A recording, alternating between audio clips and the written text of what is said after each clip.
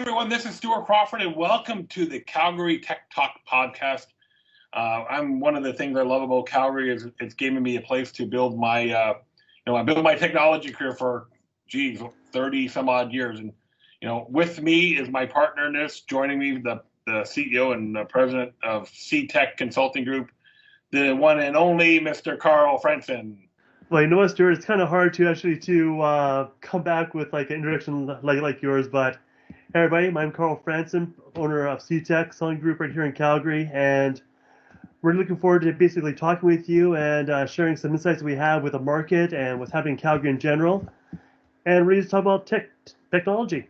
So you guys are shooting it. Yeah, so Carl, there's a lot of things going on in the tech world. As we record this, today is the 22nd of May. We just had Victoria Day this week, so we had our first long weekend in captivity. Maybe our second long weekend in captivity, if you factor in Good Friday. Our second long weekend in captivity. Really not able to do a lot of things just yet around the city, but some areas are starting to see some traction. I mean, there's lots of stuff going on behind the scenes, but Carl, bring us up to speed. What's going on at CTech these days? Since COVID is, kind of grasped onto the world. You know what? If you asked me that question around 3-4 weeks ago, sort of thing, I would give you a completely different answer. I think the best way to describe it is that we're in the churn right now, and things are basically coming down to, we understand that here's a new normal. We're now in it, and now we kind of have a rhythm actually how to basically go about our day-to-day lives. At start, we had no idea, are we going to go to client sites? How are the clients going to react? Are we going to get infected? Can CTech actually even stay up and running with the current business model due to all our clients either closing up shop or wanting reductions in service right here? But right now, we're good. Everyone at CTech is working remotely. We're utilizing Teams and Office 365 a lot. Since we're built on that technology platform, we have absolutely no overhead to begin with. So we're actually kind of immune to the effects of COVID on a day-to-day basis because we are a completely modern workplace. But now in saying that, our clients are not, which caused me an incredible amount of stress. Trying to figure out, okay, we have one client it's an industrial shop, or one client's a dentist, or one client has these really heavy applications. What can we do to keep them alive and up and running? And that process took basically 14-hour days, 5-6 days a week, half days off just to catch my breath on Sunday, be with my family, and understand how we can best serve them. But right now, we've gone through the churn, and we're now into, all right, we now know what to expect. We now can live with this, and now we can basically make plans for the future for us to get better. So, interesting thought process there, Carl. I have to say, I'm not a big fan of these buzzwords that are going around, the new normal, or in these challenging times, or in these difficult times. I'm getting really sick of watching commercials that say, in these challenging times, or in these difficult, and I'm with you. I think the business world is going to evolve. And, one of the things that we see, we have colleagues all over the globe. I talked to some of our colleagues down stateside and, across Canada. They're starting to see, things like one of them said, Instacart. Getting groceries delivered by Instacart. I heard you mention modern workplace numerous times. Is that I think to me that's all part of the new modern way people are going to do business. These Instacarts and these and Amazons and all these things. I mean, I don't know about you, Carl, but I don't know if I ever want to go into a grocery store again. Not because of disease or illness, just because it's easier for me to order online and have it delivered to my house. You're absolutely right, because people don't know what they don't know, and once they experience the other side, sometimes the grass actually is greener. But just to back up the truck for a little bit, sort of thing, modern workplace was basically a moniker that hides a word called the cloud. Because everyone thinks the cloud is scary, the cloud is unsafe, I don't know where my data is, it's not secure. So industry came up with there's another term for it called modern workplace. And what modern workplace does bring is basically that new way of working. We now have the ability to BYOD, bring your own device, work anywhere, protect data, and actually choose how we want to work, where we want to work, who we want to work with, collaborate with anybody we want to, and do it at any time we want. So I love you tech guys because you always make simple things that sound really complex, The right? KISS But principle. really, it's taking something like this, and me being a marketing guy, I look at what Gary Vaynerchuk talks about, right? And says, hey, everything's going to get done on this. Everything's going to get done on this thing right here, right? You know what? Let me add on to that sort of thing. Pull my phone right here. I got my phone right here. What if this here was your local computer? Yeah, why wouldn't it be? Why can't it be? Yeah, check this out. With Microsoft, it basically has a new North Star. It's called VDI, and they're saying this: I'm going to take this phone right here and take it out of my pocket and go to my office at a business or at home. I'm going to plug it onto a dock, and then suddenly push a button on my big 24-inch monitor. Comes my workplace, powered by my phone. And when I take my phone off the dock, I go someplace else, and guess what? Now I can use a small screen right here to do whatever I want with it. My entire office, my laptop, my desktop, my tablet, my ability to actually access all my information is on one device. So that is one of the things with the new modern workplace, basically, is cloud or the current technology that's out there today. Mm-hmm. Yeah, a lot of people don't know about this stuff. It's great. So, looking at this in a big picture of things, where does a business owner, Carl? I know I run a small business here in in Kensington, and I gotta I'm all in on this stuff. I just my IT costs are going through the roof. I got all these old computers kicking around. How do I start that transition? You know what? It basically just asking the question, what can I do better? How can I actually use the current technology today to make my business more efficient, more effective, and lower my costs down? Now, that's a hard concept to get around because a lot of current IT firms haven't actualized this for their own internal staff. So here's a true story. I took this business called Family Pathways. It was a startup social worker firm with absolutely no revenue to speak of as a startup. I was able to, by using the current technology in 4 hours, to build them a website, a simple website. That was 1 hour. Second hour was basically having everyone be able to log into a system with two-factor authentication amongst all the devices. Some had Macs, some had phones, some had desktops and laptops. But the third hour was spent basically building them a site, whereas they can share information, but also collaborate on the information at the same time. And the fourth hour was basically creating an area where they now can chat, text, talk, video, all effectively. Within 4 hours, I was able to build a complete business, and the cost was $6 per person per month for that entire suite of products. Now, that is going to be, enter buzzword here, the new normal, but it will take time for the technologists, the guys like myself, actually to actualize that as the new normal, be comfortable about actually selling it to clients and presenting out there. So interesting thing you just brought up, and it got me thinking. I'm into my 6th decade in this world. Seriously? Yeah, these IT guys, this IT community, they're made up of old guys like us. Is this an opportunity for the younger technician type folks who have grown up with all this technology to really come in and swoop it away from us old guys? It is a challenge that I pose to my staff every single day. The kids out of UC, the kids out of SAIT would be an equal hire right now as is someone with 25 years of experience. An actualization that I had over the weekend was that majority of the technical experience that we have right now, like dealing with like servers and firewalls and desktops, do not really translate well over into the modern workplace or what the cloud has to offer. So some things do, but the applications, not so much. So an email I put out to my staff last week was, guys, we have the noobs, the people who don't know much, and us professionals. The playing field's now kind of leveling, and that we need to make sure that we are always on top of them because they will eat our breakfast for us. So yeah, everyone needs to train. Everyone needs to figure out how to apply this. And having got the 25 years experience aren't really that, well, I say be polite, valuable these days. I would probably, I mean, I don't know if I ever shared the story with you, Carl. When I got out of the, when they closed Curry Barracks down in 1997-ish, anyway, around there, that's when I retired from the military.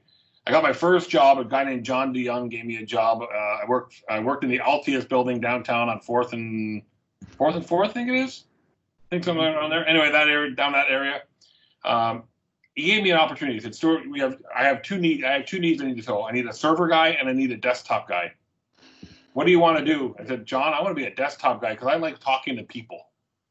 Mm-hmm. I like working with people. I like understanding that, this is 1997, that their fax application worked and they were able to get the press releases out, right? I still remember the day at a company called Petromet Resources going in. They're in, just a block away, or just down on the west end of downtown. And they had this fax list, 100, 150, 200 brokers that they would send their press releases out to.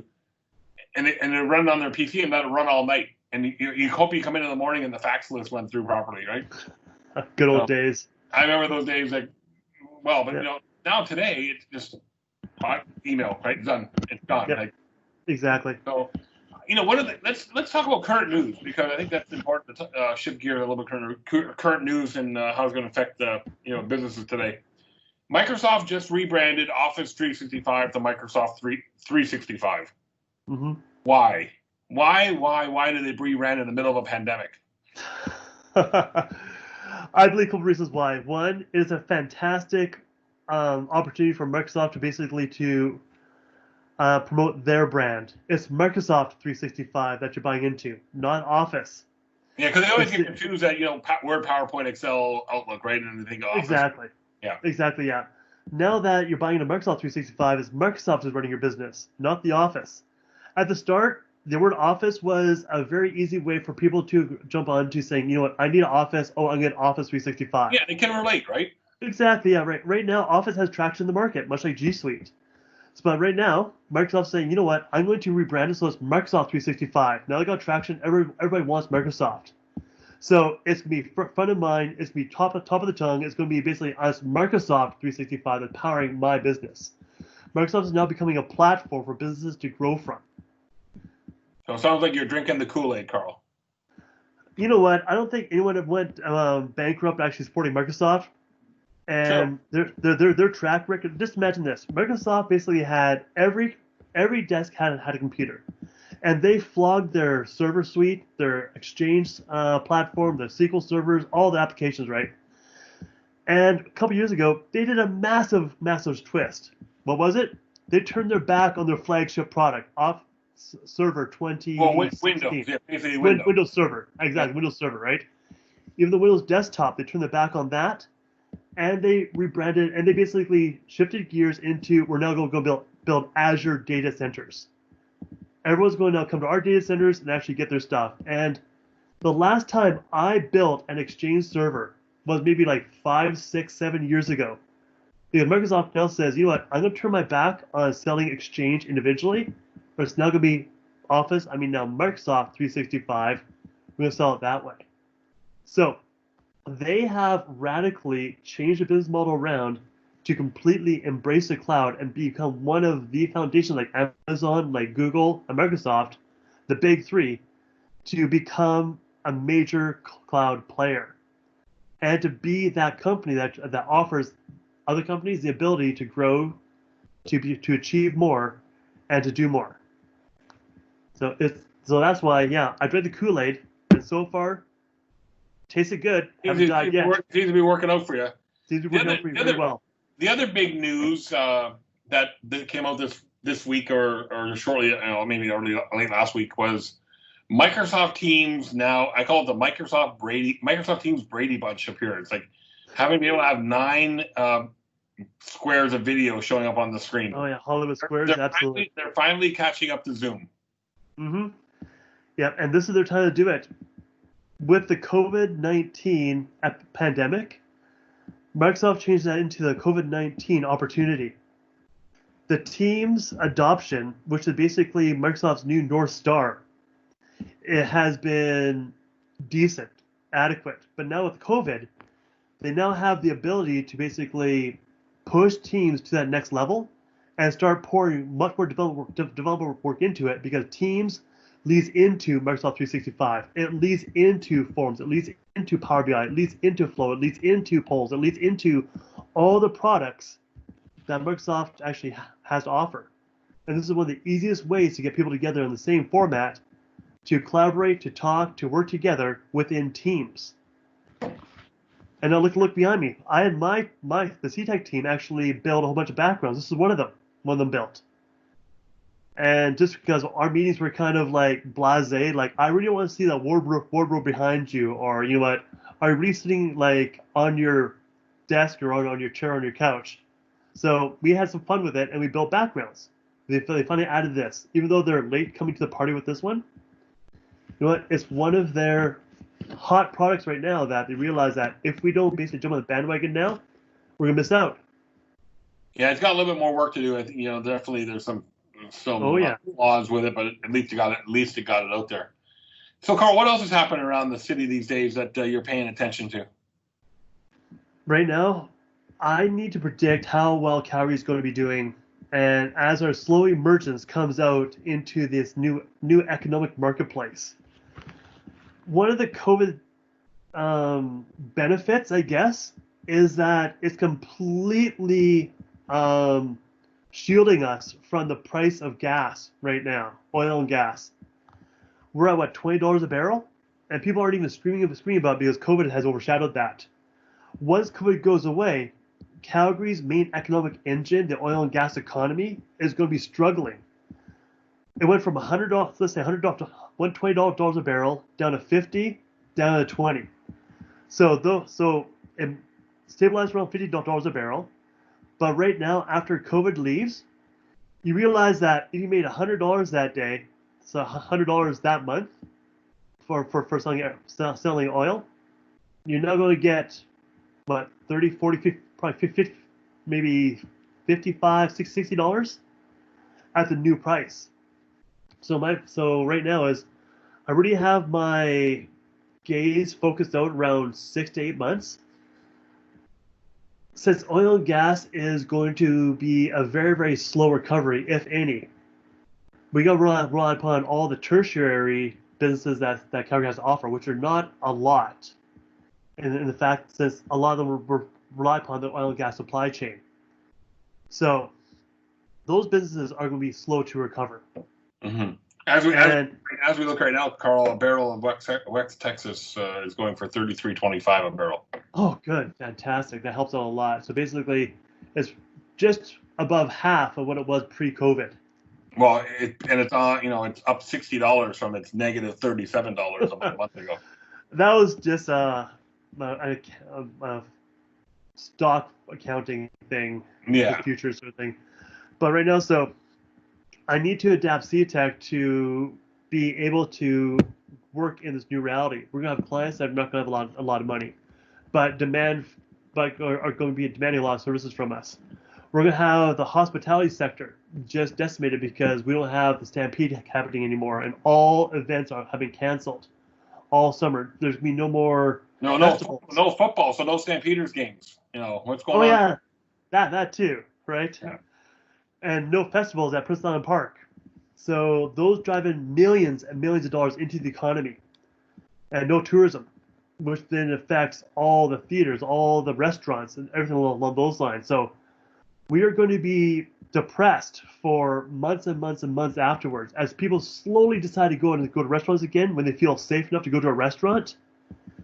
So that is what I don't want to turn this into a political discussion, but again, talking to colleagues in Florida and New Jersey today, Florida has opened back up almost 100% in some areas.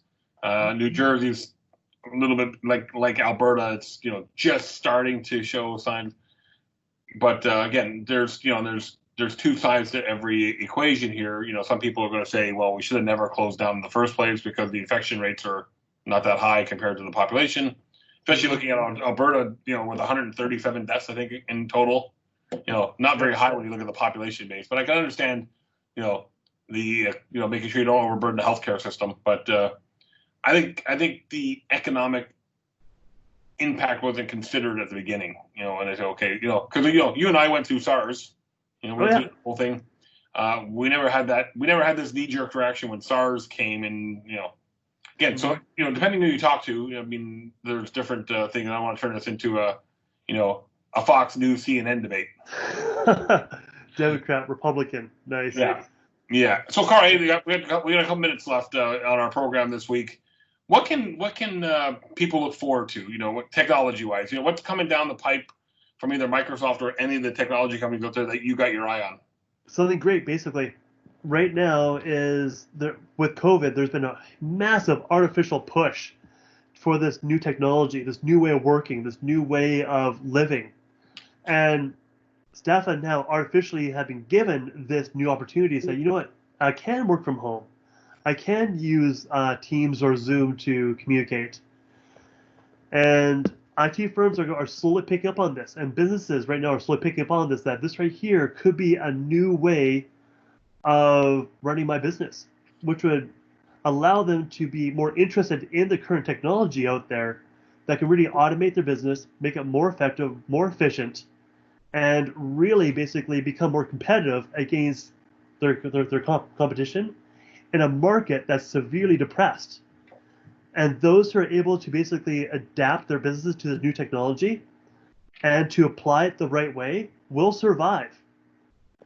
And this morning during my technical meeting, I gave an analogy of the dinosaurs and the big rock from outer space that kind of hit the dinosaurs and wiped them out. Yeah. In that scenario, I want to be the mammals in that scenario. They didn't have a great time, but they survived. And after they adapted to the new environment, the new normal, they thrived. So every business right now has to take that actually into effect. I talked to a gym owner actually last week about he's closing all his gyms down. So you know what?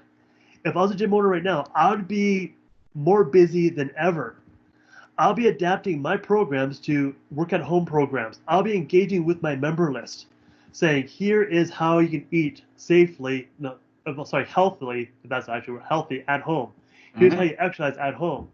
Yeah. And then I'll throw in more. Hey, why don't we do an achievement track for you guys where everyone can log in and actually say, I worked out here today, I worked out there today, and have all my trainers actually put them in front of the screen and do virtual workouts.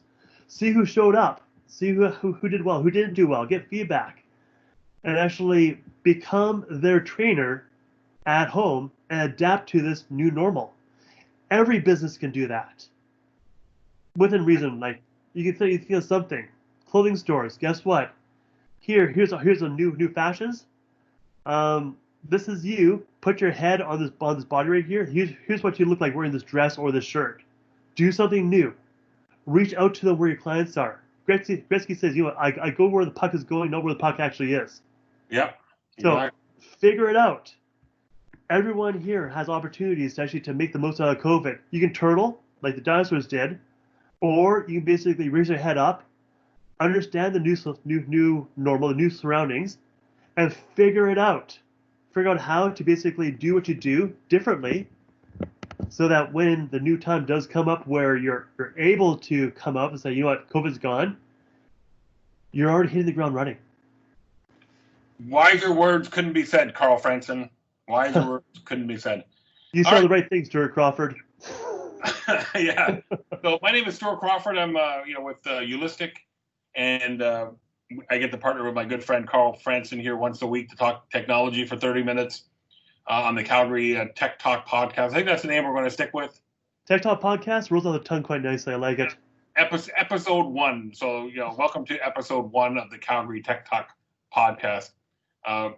Please check back with us in your future episodes. We do these once a week on Fridays at 12 o'clock Mountain Time, and we really look forward. Carl, thanks again. Website for CTech is ctechgroup.ca.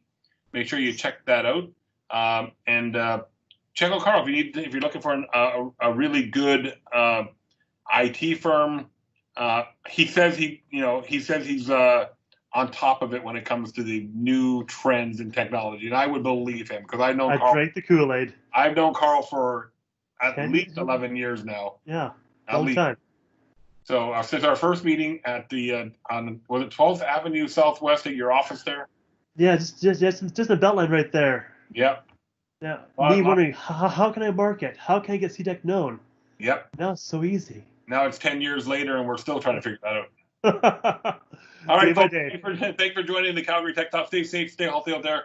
We'll be back next week. We'll be back next week with another exciting episode of the Calgary Tech Talk podcast.